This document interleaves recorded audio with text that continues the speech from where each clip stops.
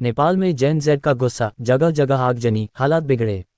नेपाल इस समय गहरे सामाजिक और राजनीतिक संकट से गुजर रहा है। हाल के दिनों में देश भर में जेन जेड युवाओं का गुस्सा सड़कों पर साफ दिखाई दे रहा है। बेरोजगारी, महंगाई, भ्रष्टाचार और सरकार की उदासीन नीतियों के खिलाफ युवाओं का आक्रोश लगातार बढ़ रहा है। यही कारण है कि काठमांडू से लेकर पोखरा और तराई के कई जिलों तक आगजनी और तोड़फोड़ की घटनाएं सामने आ रही हैं।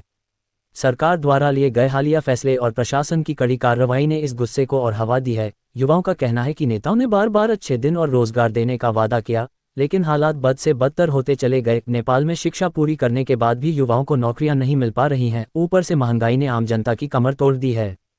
प्रदर्शनकारियों ने सरकारी दफ्तरों, वाहनों और कुछ निजी इमारतों को आग के हवाले कर दिया। काठमांडू की कई सड़कों पर बैनर और टायर जलाकर विरोध दर्ज कराया गया। पुलिस ने भीड़ को काबू करने के लिए लाठीचार्ज और आंसू गैस का इस्तेमाल किया। रिपोर्ट्स के मुताबिक कई जगह पुलिस और युवाओं के बीच झड़पें हुई, जिसमें दर्जनों लोग घायल हो गए। जेन जेड पीढ़ी सोशल मीडिया पर भी बेहद सक्रिय है।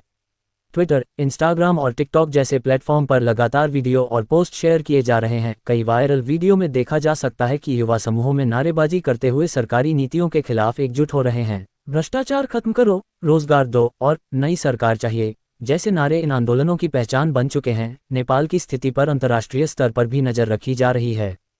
पड़ोसी देशों के विशेषज्ञों का मानना है कि यदि सरकार ने जल्द ही युवाओं की मांगों पर ध्यान नहीं दिया तो यह आंदोलन और बड़ा रूप ले सकता है। नेपाल की राजनीतिक अस्थिरता पहले से ही निवेश और विकास कार्यों में बड़ी बाधा रही है। अब इस तरह के विरोध और आगजनी ने देश की आर्थिक स्थिति को और खराब कर दिया है। सरकार ने अपील की है कि जनता शांत रहे और किसी भी प्रकार की हिंसा से दूर रहे।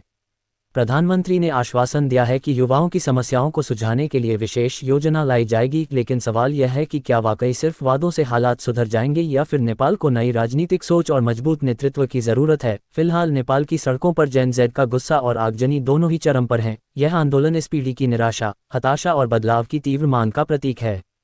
आने वाले दिनों में हालात किस ओर जाएंगे, ये सरकार की रणनीति और युवाओं के धैर्य पर निर्भर करेगा।